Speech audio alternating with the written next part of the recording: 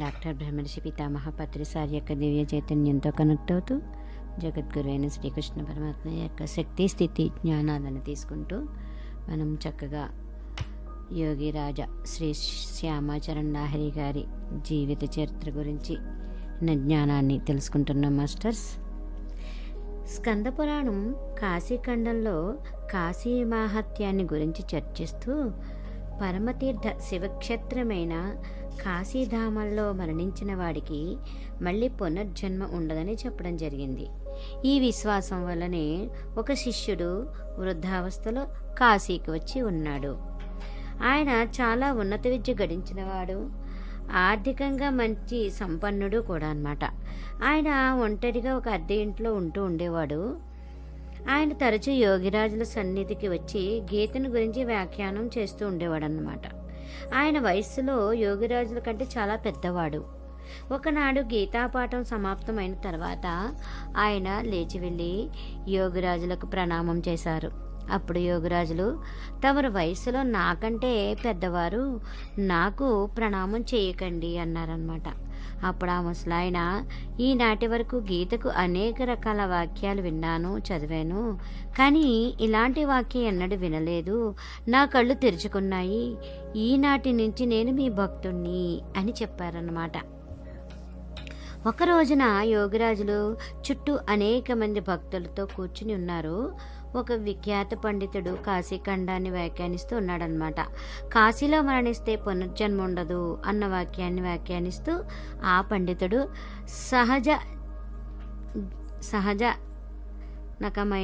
సహజనకమైన విషయాలు కొన్ని చర్చించాడనమాట.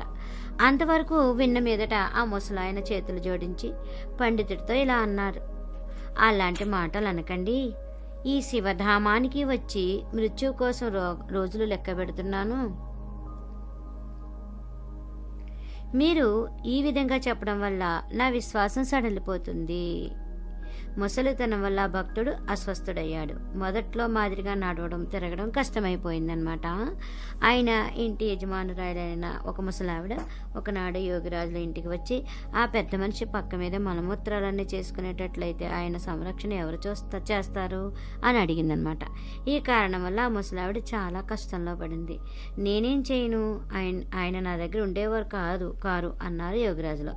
ఆయన రోజు గీతాపాఠం వినడానికి మీ దగ్గరికి వస్తుండేవారు, అంచేత మీరే తగిన ఏర్పాటు చెయ్యాలి అని చెప్పిందనమాట. అప్పుడు యోగిరాజులు విరక్త స్వరంతో ఆవిడతో అన్నారు, ఆయనకు మీరు సంరక్షణ చేయవలసిన అవసరం ఉండదు. ఇది ఎవరి కర్తవ్యమో వారే చూసుకుంటారు, వారే సంరక్షణ చేస్తారు అని చెప్పారనమాట ఆయన. అయితే భక్తుడికి మరణం ఆసన్నమైందన్న సమాచారం వచ్చింది. దేహాన్ని విడిచేలోగా ఒకసారి యోగిరాజుల దర్శనం చేసుకోవాలన్న కోరిక వెల్లడించాడు ఆయన. యోగిరాజులు ఆయన చూడ్డానికి వెళ్ళారు. ఆయన అక్కడికి చేరగానే ఆ ముసలాయన, దయ ఉంచి మీ 2 పాదాలతో నా తలను తాకండి అన్నమాట. యోగిరాజులు చిరునవ్వు చిందిస్తూ, ఏమిటి మీరంటున్నది? మరణానికి ముందు మీరే నన్ను ఆశీర్వదించాలి అన్నారు. అప్పుడు ఆ ముసలాయన 2 చేతులు ఎత్తి యోగిరాజులను ఆశీర్వదించారు. తర్వాత ఆయన మెల్లమెల్లగా చేతనావస్థలోనే బ్రహ్మలీనులయ్యారు. యోగిరాజులు ఈ విధంగా బ్రహ్మజ్ఞులైనప్పటికీ కూడా వయస్సులో తమ కంటే పెద్దవారిని గౌరవిస్తూ గృహస్థ రీతిలో సమస్త సామాజిక కర్తవ్యాలను నెరవేరుస్తూ ఉండేవారన్నమాట. ప్రతి ఒక్కరూ తమ మనసును స్థిరం చేసుకోవటం ఉచితము, ఆవశ్యకము అని యోగిరాజులు అంటుండేవారు. మనసు స్థిరం కాకపోతే సాధన జరగదు కదా. గృహస్థ జీవితంలో జరగవలసిన పనులు కూడా చక్కగా జరగవు. మనిషిలో అమానవీయ తత్వం పెలుబుకుతూ ఉంటుందన్నమాట. ప్రాణ చంచలం కావడం వల్ల మనసు చంచలం అవుతుంది. ప్రాణం చంచలం అయిందనుకోండి, మనసు కూడా చంచలం అవుతుంది కదా. శ్వాస ప్రశ్వాసల గతి బహిర్ముఖం కావడం వల్లనే మనసు వైపుకు పారిపోతూ ఉంటుందన్నమాట. యోగ సాధన ద్వారా శ్వాస ప్రశ్వాసల గతి అంతర్ముఖమైన తర్వాత మనస్సు కూడా అంతర్ముఖమవుతుంది. స్థిరము అవుతుందన్నమాట. స్థిరమైన మనసు లేదా చిత్తం ద్వారా సూక్ష్మాతి సూక్ష్మమైన ఈశ్వర సత్త నిరూపణ అవుతుందన్నమాట. అందువల్లనే గీతలో చెప్పిన రాజయోగం తాలూకు అంతర్గత సహజ కర్మ చేయటానికి అందరికీ ఉపదేశం చేస్తూ ఉండేవారు.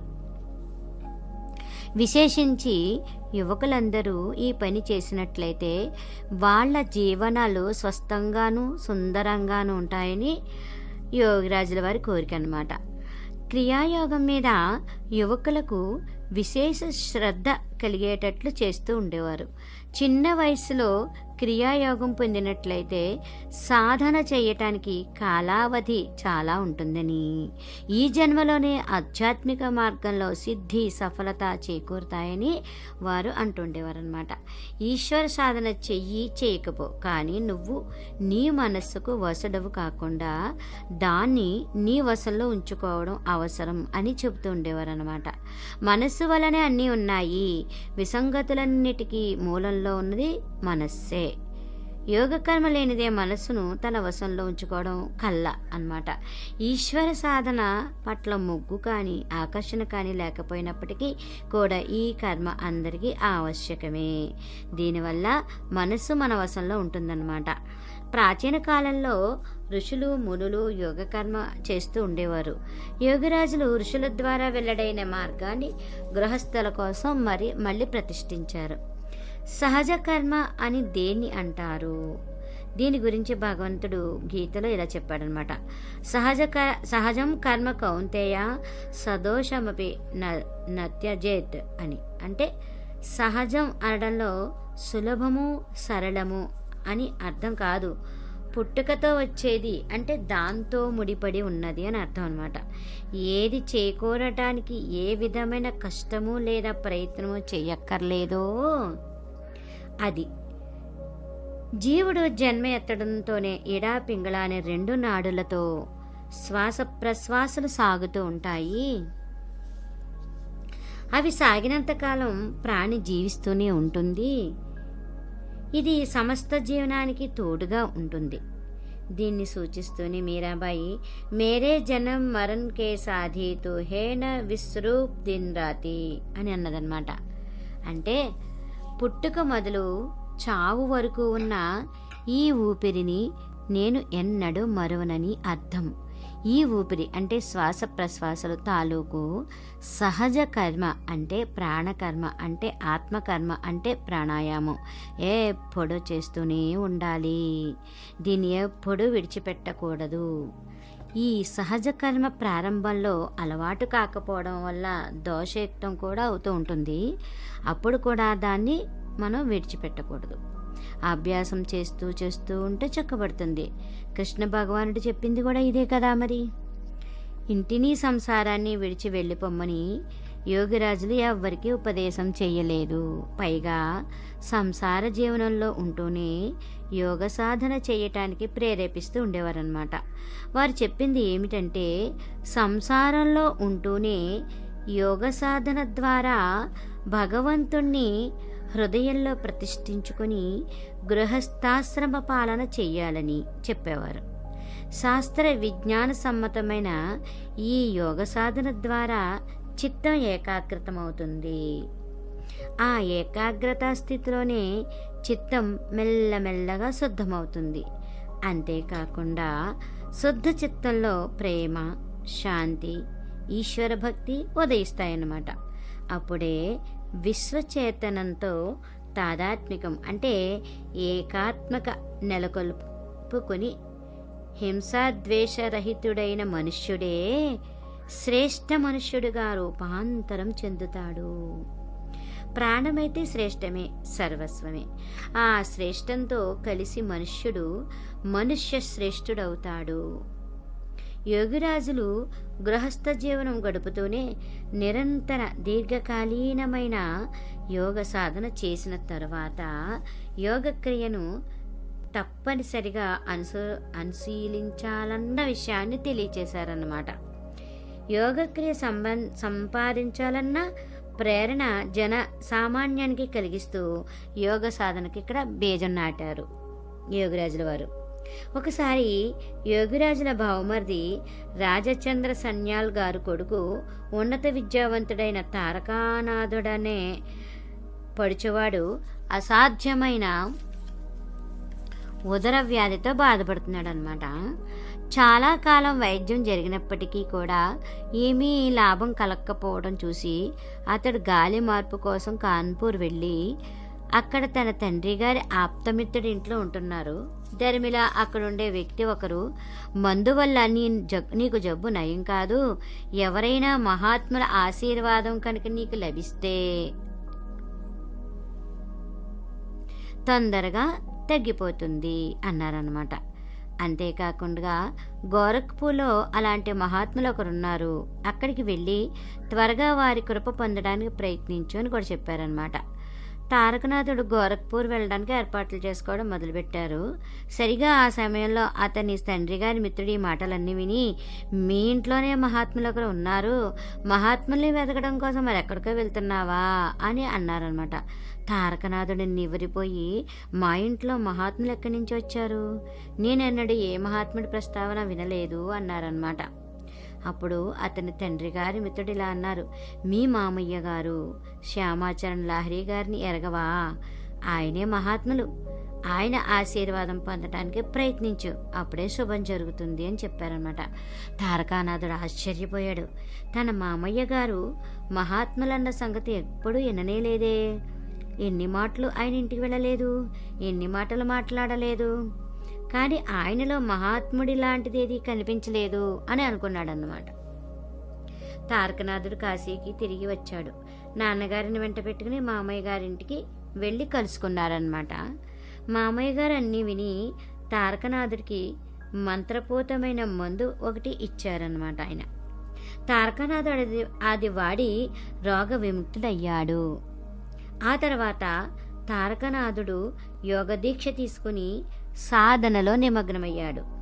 అతడు ఏ విధమైన సంపాదన చేసే ప్రయత్నానికి పూనుకోకపోవడం చూసి యోగిరాజులు అతన్ని సాధన తగ్గించమని ఆదేశిస్తూ ఇలా చెప్పారు, సాధన చేయాలి, పనిచేసి భుక్తి గడుపుకోవాలి, ఇతరుల మీద ఆధారపడి బతకడం సరైన పద్ధతి కాదు, ఎవరి ఇంటి అవసరాలు వాళ్ళు గడుపుకోవాలి అని చెప్పారనమాట.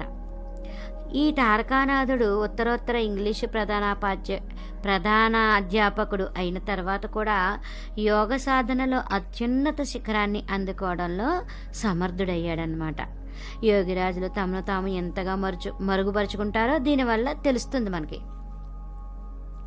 కాశీరాజు ఈశ్వరీనారాయణ గారు వృద్ధులైపోయినందువల్ల పరలోక యాత్రకు సిద్ధమవుతున్నారు. ఆయన గంగకు ఆవలి ఒడ్డున రామ్నగర్ రాజప్రసాదం ఉంది, అవతలి ఒడ్డు వ్యాసకాశి అన్నది జనశ్రుతి అనమాట. అక్కడ చనిపోయిన వాడు మరుసటి జన్మలో గాడిద కడుపున పుడతాడని అంటారు. ఈ శంకను మనసులో పెట్టుకుని రాజవంశీకులు మూలకాశీలో ఒక భవనం కట్టించుకున్నారనమాట. రాజవంశంలో ఎవరికైనా మృత్యు ఆసన్నమవుతూ ఉంటే ఆ వ్యక్తి చనిపోకముందే కాశీలో ఉన్న రాజప్రసాదానికి తీసుకుని వచ్చేవారనమాట. ఈశ్వరి ప్రసాద్ గారు కూడా కాశీలోని ఈ భవనానికి వచ్చి మరణం కోసం నిరీక్షిస్తూ ఉన్నారు. ఒకనాడు ఆయన తాము చనిపోయేలాగా ఒకసారి గురువుగారి దర్శనం చేసుకోవాలని కోరుతున్నట్లు గురువుగారికి వర్తమానం పంపారు. దయ ఉంచి దర్శనం ఇవ్వండి అని కోరారు. ఆ సంగతి విని యోగిరాజులు, నేనైతే ఎక్కడికి వెళ్ళను, మరి మంచిది చూద్దాం అన్నారనమాట. రాజుగారు స్వర్గస్థులయ్యారు. ఆ తర్వాత చాలా రోజులకు యోగిరాజుల బావమరిది కొడుకు తారకనాథుడు, రాజుగారికి మీ దర్శనం చేసుకోవాలని గాఢమైన కోరిక ఉండేది, కానీ మీరు వెళ్ళలేదు కదా అన్నాడు. ఆ మాటలకు యోగిరాజు గారు చిరునవ్వు నవ్వుతూ, స్థూల శరీరంతో అయితే ఎక్కడికి వెళ్ళలేను, కానీ విచారించవలసిన అవసరం లేదు, రాజుగారికి దర్శనం లభించింది అన్నారన్నమాట. అబ్బా, ఈ జవాబు విని అక్కడ కూర్చున్న వారందరూ ఒకరి మొహాలు ఒకరు చూసుకున్నారన్నమాట. యోగిరాజుల భక్తుడొకడు డాక్టర్ గోవర్ధన్ దత్త ఓడలో డాక్టర్ సర్వీస్లో ఉన్నాడు. ఆయన చాలా దేశాలు తిరగవలసి వస్తూ ఉండేదన్నమాట. ఓడ కలకత్తా రేవుకు తిరిగి రాగానే ఆయన కాశీ వెళ్ళి గురుదేవుల దర్శనం చేసుకుంటూ ఉండేవాడు. ఈ విధంగా ఆయన ఒకసారి కాశీకి వచ్చి యోగిరాజులకు ప్రణామం చేసి పక్కన కూర్చున్నారనమాట. అంత దూరం నుంచి ఇంత కష్టపడి ఎందుకు వస్తావు, దీనివల్ల కష్టమే కలుగుతుంది, డబ్బు ఖర్చు అవుతుంది, అంటూ స్నేహపూర్వకంగా అన్నారన్నమాట యోగిరాజుల వారు. అప్పుడు గోవర్ధన్ బాబు వినయస్వరంతో అన్నాడు, ఇలా అన్నాడు, ఓడలో నౌకరీ చేస్తున్నాను, ఎంత తిరిగినా నీళ్ళల్లోనే తిరగాలి. ఓడ కలకత్తా వచ్చినప్పుడు మీ దర్శనం కోసం పారిపోయి వస్తాను. ఓడలో ఉండడం వల్ల శుద్ధత పాటించడము కష్టమే. నియమ పద్ధతి ప్రకారం సాధన కూడా జరగదు. తలుచుకున్నంత మాత్రాన తమ దర్శనం లభించేటట్లుగా ఈ అభాగ్యుడి మీద దయ చూపండి అని అన్నారనమాట. ఉత్తరోత్తర గోవర్ధన బాబు వల్ల తెలిసింది ఏమిటంటే, ఓడ బయలుదేరే ముందు ఆయన గురుదేవులను తలుచుకున్నప్పుడల్లా ఆయనకు దర్శనం కలుగుతూ ఉండేదన్నమాట. జీవిత చరమకాలంలో గోవర్ధన బాబు కాశీలో నివాసం ఏర్పరచుకున్నాడు. సాధనలో ఉన్నత స్థాయిని అందుకున్నాడనమాట. ఈయన సఫలుడయ్యాడు. ఈయన సాధనలో యోగిరాజుల ఇంటికి కొద్ది దూరంలోనే భైరవుడు అనే మంగళి ఇల్లు ఉండేదన్నమాట. అతను ప్రతిరోజు యోగిరాజులకి గడ్డం చేస్తూ ఉండేవాడు.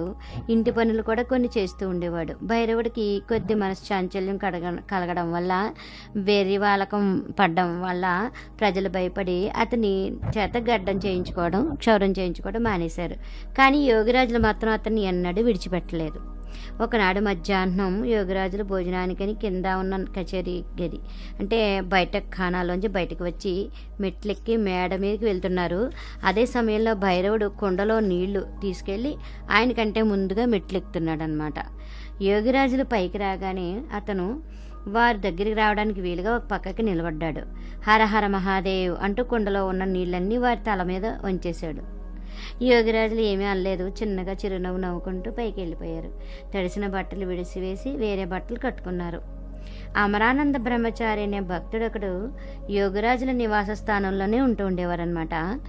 జరిగిందంతా అతనికి చాలా కోపం వచ్చింది చూసినప్పుడు, కానీ ఏం అనలేదు. ప్రతిరోజు మాదిరిగానే యోగిరాజులు గంగ ఒడ్డుకు వ్యాపారానికి వెళ్ళారు. ఆ సమయంలో అమరానందుడు భైరవుడిని ఒక స్తంభానికి కట్టి కొట్టడం మొదలుపెట్టాడు. భైరవుడు బిగ్గరగా అరుస్తూ ఏడవడం మొదలుపెట్టాడు.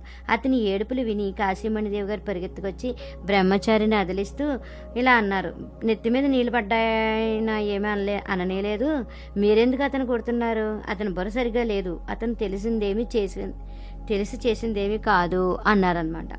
ఒకసారి రామ్మోహన్ దే న్యాయశాస్త్ర పరీక్షకు వెళ్ళే సమయంలో తాను పరీక్ష పాస్ అయినట్లయితే గరుడేశ్వర్ మహాదేవుడికి యోగిరాజుకు పాలతో అభిషేకం చేస్తానని మొక్కుకున్నాడనమాట. పరీక్షలో ఉత్తీర్ణుడైన తర్వాత అతను విధిపూర్వకంగా గరుడేశ్వర్ మహాదేవునికి క్షీరాభిషేకం చేయించాడు.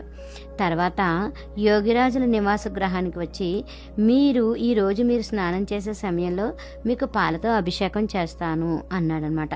ఎందుకని అని యోగిరాజులు అడిగారు. అప్పుడు అతను తన మొక్కు సంగతి చెప్పాడు. గరుడేశ్వర్ మహాదేవుడికి అభిషేకం చేసావు కదా, అది చాలు, నాకు చేయవలసిన అవసరం ఏమీ లేదు అన్నారనమాట. రామమోహనుడు మళ్ళీ వినయభావంతో కంపిత స్వరంతోనూ తన కోరిక మళ్ళీ విన్నవించుకున్నాడు. ఇది నా మొక్కు, మీరు నా కోరిక నెరవేర్చండి, ఆ తర్వాత మీకు స్వచ్ఛమైన నీటితో నేను స్నానం చేయిస్తాను అన్నమాట. చివరికి యోగిరాజులు అతని ప్రార్థనను పట్టుదలను మన్నించి అందుకు ఒప్పుకున్నారు. యోగిరాజులు తరచుగా రాత్రి అంతా యోగసాధన చేస్తూ ఉండేవారన్నమాట. పొద్దుటపూట స్నానానికి రాణామహల్ ఘట్టానికి వెళ్తూ ఉండేవారు. వారి పరమ ప్రియ భక్తుడు కృష్ణారాం కూడా వారితో పాటు వెళ్తూ ఉండేవాడు అనమాట. స్నానం చేయడానికి వెళ్ళేటప్పుడు యోగిరాజులు క్రియాసాధన వల్ల మత్తులో మునిగి నిశ ఎక్కిన వాడిలా అడుగులు తడబడుతూ దారిలో నడుస్తూ ఉండేవారు. దారికి ఒక మూల ఒక కిళ్ళి కొట్టు ఉండేదన్నమాట. ఆ కొట్టువాడు యోగిరాజులు మత్తెక్కిన వాడిలా నడిచే తీరు చూసి వేళాకాలం చేస్తూ ఆ చడల్ బా దేఖా బామ్ గాలి బాబుకా కామ్ సబేరే కేతన చడల్ బా అని తరచుకుంటుండేవాడు. అంటే ఇంత పొద్దున్నే బెంగాలీ బాబు ఎంత నిషాలో మునిగిపోయాడో అని అర్థం అన్నమాట. తర్వాత కొంతకాలానికి కిళ్ళి కొట్టువాడే ఆయనకి పరమభక్తుడైనట్టు, యోగ సాధనలో మంచి ప్రగతి సాధించినట్టు తెలియవచ్చింది.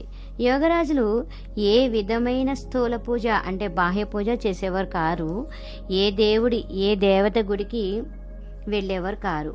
ఎప్పుడు ఆత్మధ్యానంలో తన్మయులై ఉండేవారు అనమాట. ఒక్క ఆదివారం నాడు మాత్రం కాశీ వటకుడైన భైరవుడి దర్శనానికి వెళ్తూ ఉండేవారు ఆయన. ఒకనాడు ఒక భక్తుడు అడిగారు, తమ బ్రహ్మజ్ఞానులై ఉండి భైరవుడి దర్శనానికి ఎందుకు వెళ్తున్నారు అని. యోగిరాజులు గంభీర స్వరంతో జవాబిచ్చారు, నేను వెళ్ళకపోతే మీరందరూ ఎందుకు వెళ్తారు అని. ఒకనాడు యోగిరాజులు భక్తుల చేత పరివేష్టితులై ఉన్నారన్నమాట. ఉపదేశం చేస్తున్నారు. దేన్ని శాస్త్రమని అంటారు అని ప్రశ్నించాడు ఒక భక్తుడు. శాస్త్రాలు అనంతం, అంతేకాక సాధారణంగా వేదాన్నే శాస్త్రమని అంటారు. వేద సంబంధమైన స్మృతి పురాణాదుల్ని కూడా శాస్త్రం అంటారు. అజ్ఞాతంగా ఉన్న వస్తువును అంటే తత్వాన్ని గురించి జ్ఞానాన్ని కలిగిస్తుంది శాస్త్రం. అస్తిత్వం ఉండి కూడా మనకు తెలియకుండా ఉన్నది శాస్త్రం ద్వారా మనకి తెలుస్తుందన్నమాట. తెలియని వస్తువును తెలుసుకోవడానికి ఎన్నో విశేష విధులు సాధనలు ఉన్నాయి. వేదంలో కర్మకాండ, జ్ఞానకాండ రెండూ ఉన్నాయి. కర్మకాండ విధిని అనుసరించి ప్రజలు కర్మ చేస్తూ స్వర్గాది ఉచ్చలోకాలకు పొందుతారు. కానీ జ్ఞానకాండ అనే రెండో రూపం ద్వారా జీవుడు ముక్తి పొందుతాడు. అయితే కర్మకాండ లేకుండా జ్ఞానకాండలోకి ప్రవేశం కలగదన్నమాట. ఇందువల్లే వేదం సర్వ విద్యలను అంటే అన్ని మార్గాలను చూపిస్తుంది మనకి. వేద జ్ఞానం అంటే ధ్రువ జ్ఞానం అన్నమాట. అంటే సత్య జ్ఞానం లేనిదే జీవుడికి ముక్తి కలగనే కలగదు. శుభకార్యం మంచి పని చేయని వాళ్ళు లేదా చేసిన శాస్త్రవిధిని ఉల్లంఘించే వాళ్ళు సుఖం, సిద్ధి, సఫలత లేదా మోక్షాన్ని పొందలేరన్నమాట. శాస్త్రవిధిని ఉల్లంఘించే వాళ్ళు. పైగా శాస్త్రాలు అనంతం, వాటి విధులు కూడా అంతులేదు. ఇందుకనే అందరూ అన్ని శాస్త్రాల విధులను పాటిస్తూ జీవనం గడపగలరన్న దానికి సార్థకత కానీ అసందిగ్ధత కానీ ఎక్కడుంది మరి? శాస్త్రంలో అందరూ దానికి అనుకూలంగా నడుచుకోవడానికి వీలు కానంత ఎక్కువగా విధి నిషేధాలు ఉన్నాయన్నమాట. పరస్పర వైరుధ్యాలు కూడా ఉన్నాయి. అంతేకాకుండా విధి విధానాలన్నీ అందరి కోసము ఉద్దేశించినవి కావు.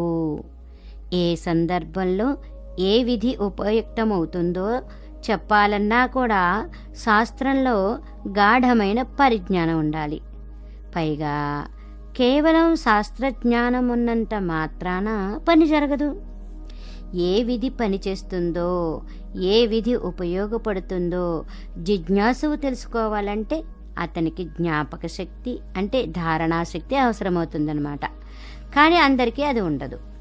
ఆ బోధశక్తి లేదా జ్ఞాపక శక్తి అన్ని శాస్త్రాల సారతత్వమైన బ్రహ్మను తెలుసుకోవడానికి వీలైనట్లుగా ఉండాలన్నమాట. ఇది సాధకుడికి కఠోర సాధన ద్వారానే సిద్ధిస్తుంది. అతడు ఆత్మనిష్ఠుడు కావలసి ఉంటుందన్నమాట. ఇందువల్లే కేవల శాస్త్రానుశీలనం ద్వారా ఏ విధమైన పరిణామము కలగదని బాహ్య దృష్టికి గోచరిస్తుందన్నమాట. ఇందువల్ల అనేక శాస్త్రాలను గురించి ఆలోచనలను నిషేధించటం జరిగింది. ఆత్మచింతన అంటే ధ్యాన ధారణాదులు అభ్యసించని శాస్త్రజ్ఞాత ఆత్మదర్శి కాడు. అభ్యసించిన వాడు శాస్త్రజ్ఞాత ఆత్మదర్శి కాడనమాట.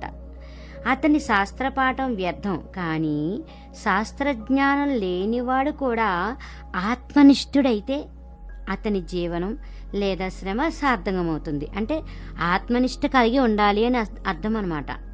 శాస్త్రాలు అనేక ఉన్నాయి. జ్ఞానం పొందడానికి విషయాలు కూడా అనంతంగా ఉన్నాయి. కానీ ఆయువు తక్కువగా ఉంది. అందువల్ల అన్ని శాస్త్రాలకు సారాంశమైన దాన్నే మనం గ్రహించాలి కదా. శాస్త్రానికి అర్థం వేదం, వేదానికి అర్థం జ్ఞానం. జ్ఞానం నిత్య సిద్ధం అన్నమాట. స్వయంగా ప్రకాశించే సూర్యుని ఒక్కొక్క సమయంలో మబ్బు ఎలా కమ్మేస్తూ ఉంటుందో అలాగే జ్ఞానాన్ని ఒక్కొక్క సమయంలో అజ్ఞానం కమ్మేస్తూ ఉంటుందన్నమాట. మబ్బు తొలగిన తర్వాత సూర్యుడు కంటబడినట్లుగానే అజ్ఞానం తొలగిపోయిన తర్వాత జ్ఞానం కూడా ప్రకాశిస్తుంది. అందువల్ల సత్యమైన దాంట్లో ఎలాంటి దోషము ఉండదు. ఇలాగని మనం ఎరక్కపోయినప్పటికీ సత్యస్వరూపమైన ఆత్మలో ఏ విధమైన వికారము కలగదు. అది ఎప్పుడూ ఏకరూపంలోనే ఉంటుంది.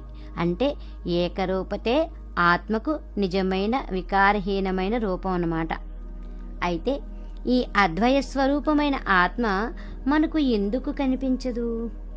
ఆవరణ తొలగిపోతేనే కానీ సూర్యుడు జ్ఞానము ప్రకాశించినట్లుగా అజ్ఞానం తొలగిపోతేనే కానీ సత్యజ్ఞాన స్వరూపమైన ఆత్మ ప్రకాశించదు. వాస్తవానికి మనం ఎరక్క ముందు నుంచే సూర్యుడి మాదిరిగా దానికి స్వతః ప్రకాశం ఉంది. ఆత్మకి పరిణామంగా స్వరూపావరణ తొలగిపోతుంది. అప్పుడది ప్రకాశమానమవుతుందన్నమాట. ఈ జ్ఞానం పొందడానికి శాస్త్రాలను అనుశీలించడం అవసరం. మనకి దేన్ని శాస్త్రం అంటారు? శాసించేది, ఆశించేది శాస్త్రం అని అంటారన్నమాట. అయితే ఇప్పుడు ఈ శరీరాన్ని శాసిస్తున్నది ఏమిటి అన్న ప్రశ్న వస్తుంది కదా. వాయుర్ధాత శరీరాణం, గాలే శరీరాన్ని శాసిస్తుంది. వాయుశక్తి ద్వారానే ఇంద్రియాలు, మనస్సు, బుద్ధి అన్ని పనిచేస్తున్నాయి. అందులో ప్రాణవాయువే ప్రధానమైనది. అందుచేత వాయువే శరీరానికి శాసనకర్త, అంటే శాస్త్రం అన్నమాట. అంటే శ్వాస ప్లస్ శ్వాస, అస్త్రం అంటే శ్వాస ప్రశ్వాసరూపమైన అస్త్రమే శాస్త్రము అని అర్థం అన్నమాట. ఈ శ్వాసరూపమైన అస్త్రాన్ని నడిపించి దక్షతా పటుత్వము పొందిన వాళ్ళు, అంటే ప్రాణాయామ పరాయణులైన వాళ్ళు మాత్రమే శాస్త్రజ్ఞులయ్యారు. ఇంతేకాకుండా వేదాలు, పురాణాలు, ఉపనిషత్తులు మొదలైన వాటి అన్నిటినీ కూడా శాస్త్రాలన్నారు. ఎందువల్లంటే ఈ విధంగా శ్వాస రూపమైన అస్త్రాన్ని నడిపించి శాస్త్రజ్ఞులైన సమస్త ఋషులు తమ అనుభూతి ద్వారా లిపిబద్ధం చేసిన వేద, పురాణ, ఉపనిషదాదులన్నిటికీ కూడా శాస్త్రం అన్న పేరు పెట్టడం జరిగింది. ఇవి అన్ని ప్రామాణికాలన్నమాట. ఈ శ్వాస రూపమైన అస్త్రాన్ని ఆశ్రయించిన మీదట సమస్త ప్రకృతిని వశపరుచుకోవడం సాధ్యమవుతుంది. అప్పుడు ప్రకృతి పురుష జ్ఞానం లభించిన తర్వాత అనేకత్వ భావన తొలగిపోతుందన్నమాట. వ్యక్తి జనన మరణ రహితుడు అవుతాడు. ఈ ప్రాణ యజ్ఞ స్వరూప శాస్త్రాన్ని అనుశీలించడం వల్ల ఆత్మోన్నతి కలుగుతుంది, కోరిన ఆనందం చేకూరుతుంది. ఇందువల్లే దీనికి సంబంధించి ఇలా చెప్తారు. సార్ యొక్క దివ్య చైతన్యంతో కనెక్ట్ అవుతూ జగద్గురువైన శ్రీకృష్ణ పరమాత్మ యొక్క శక్తి, స్థితి, జ్ఞానాలను తీసుకుంటూ మనం చక్కగా యోగిరాజా శ్రీ శ్యామాచరణ లాహిరి మహాశైలి యొక్క జీవిత చరిత్ర గురించి తెలుసుకుంటున్నాం మాస్టర్స్. రాజవిద్యా రాజగుహ్యం పవిత్రమిదముత్తమం ప్రత్యక్షావగమం ధర్మ్యం సుసుఖం కర్తుమవ్యయం. అంటే ఈ ఆత్మవిద్య లేదా గుహ్యతమ విద్య ఇతర విద్యలన్నిటికన్నా శ్రేష్టమైనది. ఈ విజ్ఞానం గుహ్యమైన వాటికన్నా గుహ్యమైనది, పవిత్రమైన వాటికన్నా పవిత్రమైనది. ఇంతకన్నా పవిత్రమైనది మరొకటి లేనేలేదు. ఈ ఆత్మవిజ్ఞానం అంటే ఆత్మవిద్య ప్రత్యక్షము, స్పష్టబోధగమ్యము, ధర్మసమ్మతము అన్నమాట. ఇది విజ్ఞాన సమ్మతం కావడం వల్ల సుఖంగాను, విశ్రాంతిగాను, పొందడానికి వీలైనదిగాను ఉందన్నమాట. అందువల్ల ఇది అక్షయం. ఈ సాధన ఎన్నటికీ నశించదు. ప్రాణవాయువు మనస్సును చంచలం చేస్తూ ఉంటుందన్నమాట. ఆ చంచల మనస్సు ద్వారా విషయభోగాలను అనుభవిస్తూ ఉంటుంది మనస్సు. వాయువు స్థిరమైనప్పుడు మనస్సు ప్రాణంతో ఏకమవుతుంది. అప్పుడే బ్రహ్మ దర్శనం అవుతుందన్నమాట. ప్రాణాయామం ద్వారా వాయువు స్థిరమైన చోట అపరోక్షానుభూతి కలుగుతూ ఉంటుంది. వాయువును సాధన చేయడం ఒక్కటే తెలుసుకోవాల్సింది మనం. వాయువు అధికారానికి లోబడే అన్నీ ఉన్నాయి. అందువల్ల దాని క్రియకు సంబంధించిన నియమాలను, అంటే విధులను శాస్త్ర విధి అంటారు కదా, ఈ వాయుక్రియనే బ్రహ్మ విద్య అని అంటారు. ఈ క్రియ ద్వారా మూలాధారం నుంచి సహస్రారం వరకు విశ్వ చైతన్య ప్రాప్తి కలిగిన తర్వాత వేద జ్ఞానం కలుగుతూ ఉంటుందన్నమాట మనకి. వేద జ్ఞానం కలిగిన తర్వాత వేదాతీత జ్ఞానం కలుగుతూ ఉంటుంది మాస్టర్స్. అంటే సహస్రారంలో స్థితి ఏర్పడుతుంది అన్నమాట. ఇడ, పింగళ, సుషుమ్న అనేవి 3, క్రమంగా 3 వేదాలు ఇవి. ఇందువల్ల శ్రీకృష్ణ భగవానుడు అర్జునుడికి ఇలా చెప్పారు: త్రైగుణ్య విషయ వేద నిస్త్రైగుణ్యో భవార్జున. అంటే వేదం త్రిగుణాత్మకం. నువ్వు గుణాతీతుడివి కావడానికి ప్రయత్నించు. ఈ వేద విధి అంటే ఆత్మవిద్య రూపమైన వాయువు తాలూకు క్రియ ద్వారానే త్రిగుణాతీత అంటే నిష్కామ భావం కలుగుతుందన్నమాట. షట్చక్ర క్రియనే వేద విధి అని అంటారు. జ్ఞానం ద్వారా జ్ఞేయాన్ని తెలుసుకొని తర్వాత జ్ఞానానికి ప్రయోజనం లేనట్లే షట్చక్రాల ద్వారా ప్రాణాయామ క్రియ చేసిన తరువాత ఒక విధమైన విశేష స్థితి కలుగుతుందన్నమాట. ఇదే త్రిగుణాతీతావస్థ. అంటే సత్వరజస్తమాలన్నమాట. లేదా ఇడాపింగ్ల సుషుమ్నాలును, లేదా బ్రహ్మ విష్ణు మహేశ్వరులు అక్కడేమీ లేకపోవడం. అప్పుడు మరో విధమైన క్రియ అవసరం ఏమీ ఉండదు. ఎందుకంటే పనిచేసేవాడికి సత్తా ఏమీ ఉండదు. దీన్నే కర్మాతీత అవస్థ అంటారు. కర్మాతీత అవస్థలోకి యోగి వెళ్ళవలసే వస్తుంది ఎప్పుడు కూడా. క్రియ చెయ్యడమే కర్మయోగానికి లేదా వేద పాఠానికి సంకేతం. ఈ కర్మ చేస్తూ సాధకుడు ఆత్మదర్శనం పొందేటప్పుడు ఆ ఆత్మ దర్శనం పట్ల అంటే ఆత్మ సాక్షాత్కారం పట్ల కలిగే స్వాభావికమైన ఆకర్షణే భక్తి యోగం అన్నమాట. అంతేకాకుండా చివరిలో కర్మాతీత స్థితి కలిగినప్పుడు దాన్నేమో జ్ఞానయోగము అంటారు. అంటే జ్ఞానం లేదా వేదం అంతం కావడాన్నే వేదాంతం అంటాం అన్నమాట. కర్మయోగ, భక్తియోగ, జ్ఞానయోగాలు అన్నీ స్వతంత్ర యోగాలు కావు. యోగి చేసే యోగ సాధనలోని విశిష్టమైన క్రమాలు. సరైన కర్మ అంటే సత్కర్మ లేనిదే భక్తి ఉదయించదు. భక్తి లేనిదే జ్ఞాన ప్రాప్తి కలగదు. జ్ఞానం లేనిదే ముక్తి ప్రాప్తించదు.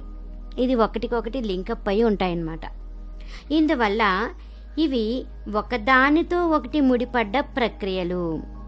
వీటిలో స్వతంత్ర యోగం అనేది ఏమీ లేదు. సాధారణ వ్యక్తి మాత్రమే కర్మ, భక్తి, జ్ఞానాదులను స్వతంత్ర యోగాలు అనుకుంటూ ఉంటాడనమాట. మనస్సును షట్చక్రాల లోపల నిలిపి ఉంచకుండా బాహ్య వస్తువుల మీద లగ్నం చేసి ఉంచడం శాస్త్ర విధిని విడిచిపెట్టడం అవుతుంది. అందువల్ల సర్వప్రథమంగా శాస్త్రవిధి పరిత్యాగాన్ని నిషేధించడం జరిగింది. శాస్త్రవిధి ముత్యజ్య వర్తతే కామకారతః న సిద్ధిమవాప్నోతి న సుఖం న పరాం గతిం. అంటే శాస్త్రవిధికి విరుద్ధంగా తన ఇచ్ఛానుసారంగా పనిచేసేవాడు సిద్ధి, శాంతి, పరమగతి అంటే మోక్షం పొందలేడని అర్థమవుతుంది మనకి.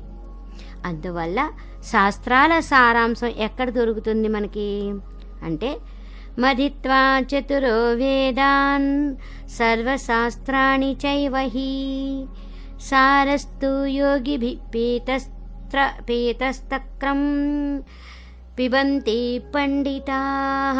అంటే జ్ఞాన సంకలనంలో శ్లోకం అన్నమాట ఇది.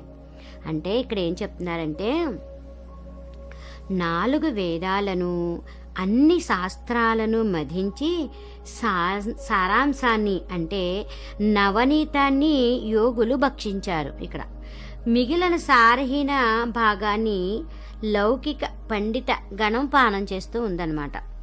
ఇందువల్లే యోగిరాజులు అంటారు, దూద్ ఖీర్ సభీ ఖాతే హై కింతు కచ్చన్యా కరోని బచ్చే బాతే హై అర్ధాత్ సాధక్ హీ ఖాతే హై. అంటే సహస్రారంలో ప్రాణం స్థిరపడడంతోనే కర్మ అంతమైపోతుంది. అందువల్ల షట్చక్ర క్రియే వేదాల కర్మకాండ అన్నమాట. సహస్రారంలో నెలకొనడమే జ్ఞానకాండ.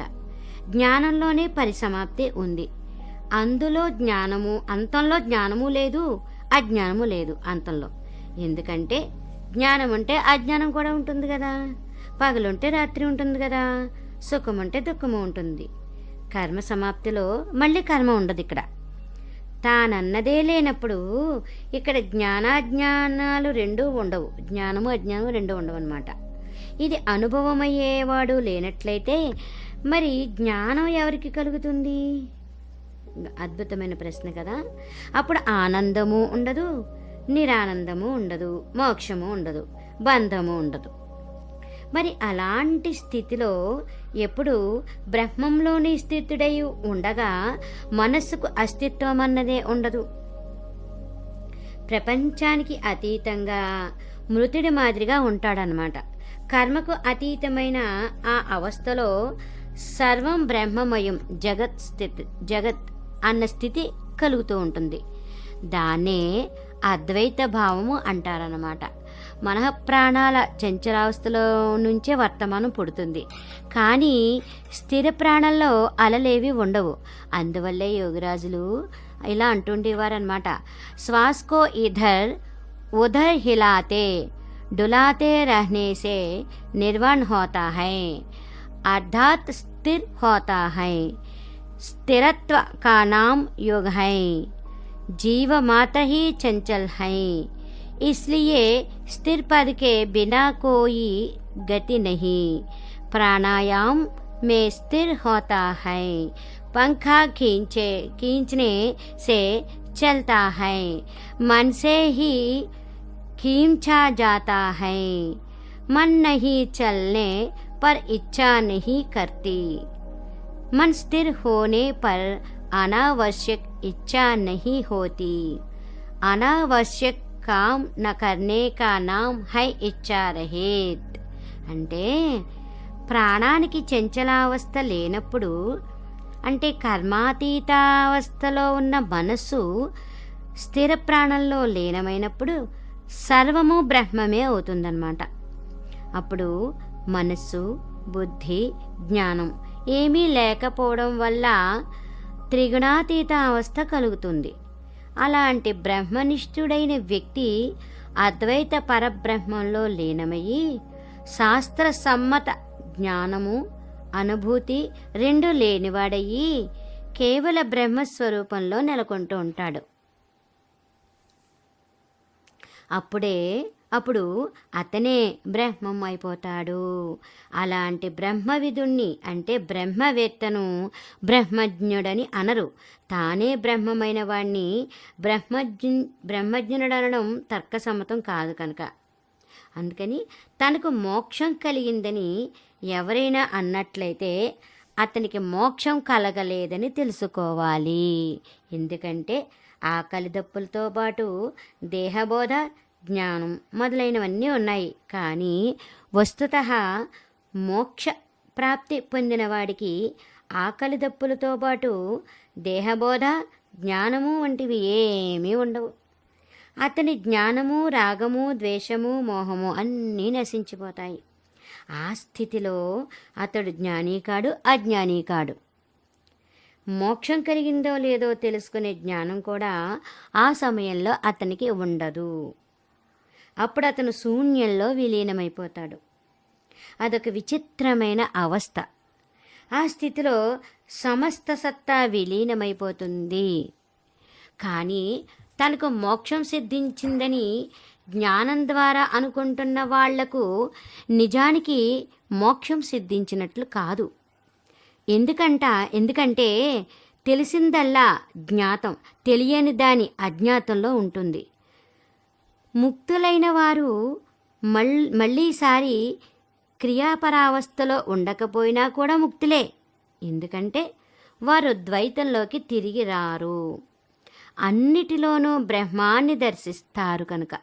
పైగా ప్రయాస లేకుండా బ్రహ్మంలో నిలిచి ఉండిపోతారు.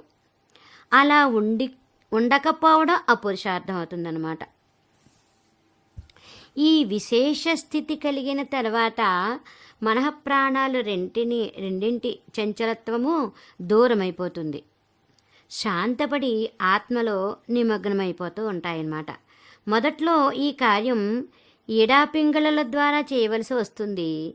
ఆ తర్వాత ఈ కార్యం సుషుమ్నలో జరిగినప్పుడు నిర్మల సత్వగుణం ఉదయిస్తుందన్నమాట.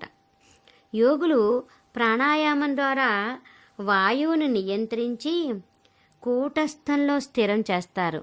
అలా జరిగిన తర్వాతే వారికి ప్రతి ఒక్క వస్తువును గురించిన జ్ఞానం కలుగుతూ ఉంటుందన్నమాట. ఏ త్వక్షరమనిర్దేశ్యం అవ్యక్తం పర్యుపాసతే సర్వత్రాగమచింత్యంత్య కూటస్థమచలం ధ్రువం సన్నియామేంద్రియగ్రామం సర్వత్రా సమబుద్ధయః తే ప్రాప్నువంతి మామేవ సర్వభూతైతే రతాః.